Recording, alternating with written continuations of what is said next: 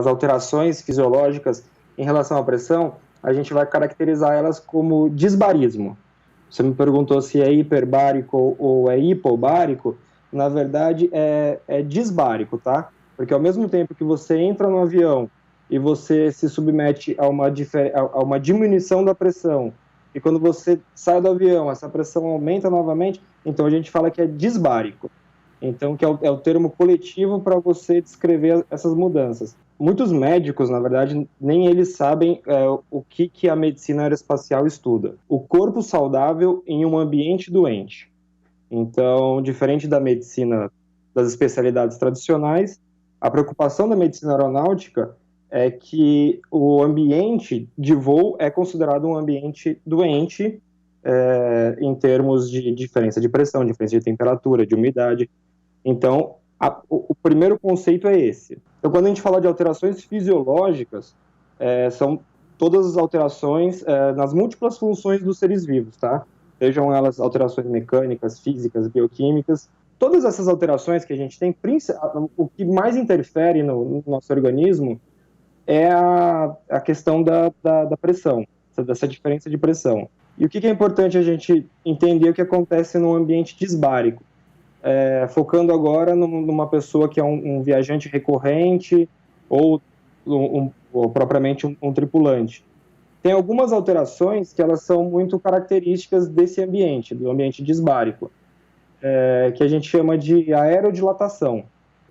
Então, por exemplo, a gente tem quatro sistemas que são os principais quando a gente fala de aerodilatação. A gente tem a barodontalgia, que você imagina assim, dentro do nosso corpo, todas as cavidades ocas, elas têm ar. Então, a gente tem cavidade, a gente tem os seios da face, a gente tem a nossa ouvido, nossa orelha, a orelha média, que a gente tem o tímpano com os ossículos, então tem ar ali dentro. A gente tem ar no nosso estômago, tem ar no nosso intestino, então... Isso. Pensando que quando a gente sobe, esse ar ele tende a se expandir, conforme a pressão ela diminui, o ar se expande. Então tem algumas alterações que elas vão ocorrer no corpo do passageiro, do tripulante. Então assim, a gente tem a barodontalgia. O que é a barodontalgia? A barodontalgia é uma dor aguda que ela é causada por essa diferença de pressão no dente. Então, por exemplo, se o passageiro ele tem uma cárie, uma restauração mal feita, esse ar que está dentro do dente ele vai se expandir, vai comprimir um nervo e ele vai ter uma dor aguda, uma dor muito forte e acaba sendo incapacitante. A gente tem, por exemplo, a barosinusite. Então, a gente tem os seios da face e esses seios também, como eles têm ar, de repente a pessoa ela está voando, ela está resfriada, está com um pouco de secreção, a diferença de pressão dentro desses seios também você vai ter uma expansão do ar dentro desses seios e vai causar uma dor aguda, se assemelhando a uma sinusite.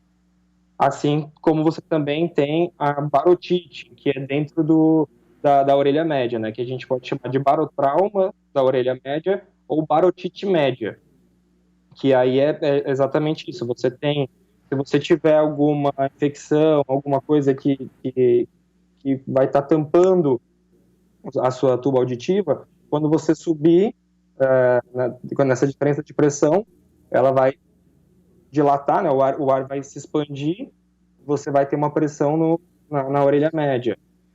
E isso você vai ter também no estômago, no intestino. Então é comum os viajantes, quando o avião, quando ele decola, que atinge o nível de cruzeiro, a gente costuma se sentir bem inchado, com sensação de gases mesmo. Estômago inchado, intestino inchado, você fica... a gente chama de aerocolia, né? Que, diferente das outras, da barodontalgia, da barosinusite, essas sim, essas podem ser incapacitantes. Às vezes o passageiro ele tem uma dor tão forte que ele não consegue voar. Então, é por isso até que os tripulantes eles passam por consultas médicas regulares justamente para certificar que eles não têm nenhuma alteração. E aí é recomendado que quando o passageiro, ele, se tiver com cárie, se tiver com uma gripe, um resfriado, alguma coisa, que ele evite voar naquele período justamente por conta dessas condições. Agora, Gustavo, eu sei que você vai dar um curso sobre essa questão que você está tratando aqui para o público. Em geral, você vai dar para o público mais específico, pela Associação Brasileira de Trabalhadores Especialistas de Esbarca, para a ETD. Fala um pouco de como será esse curso. A ideia desse curso é justamente essa, a gente explicar com um olhar um pouco mais científico todas essas alterações fisiológicas que uma pessoa ela enfrenta durante um voo, seja um voo comercial, numa cabine pressurizada, seja um voo de uma cabine não pressurizada, mas a gente entender todos essas principais mudanças fisiológicas que a gente enfrenta, né? E aí nesse curso ele vai ser voltado tanto para passageiros, para entusiastas da aviação e também para tripulantes, né? Pilotos, comissários.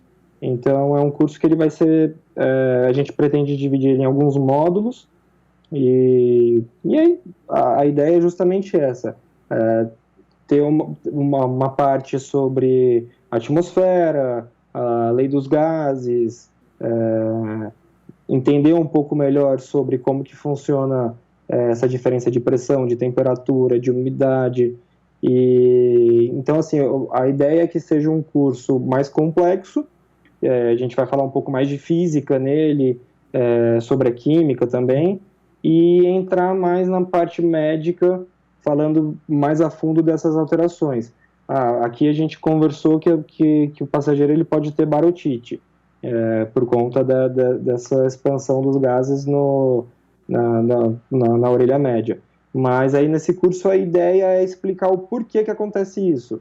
Então aí a gente vai entrar um pouco mais a fundo nessa parte da composição da orelha média, como que funciona a condução do som. E é um curso bastante interessante, porque assim, a ideia não é assustar o passageiro, muito pelo contrário. A ideia é que o passageiro ele tenha, que ele entenda o que está acontecendo no corpo dele, e uma vez entendendo o que está acontecendo, o porquê dessas alterações, desmistificar um pouco do que acontece no voo, e também que os passageiros, as pessoas que se interessem pelo tema, que eles aprendam a lidar com essas situações. Então, como evitar, como mitigar essas condições, o que eu posso fazer para prevenir tais condições durante um voo. Então vai ser um curso bem legal, bem completo.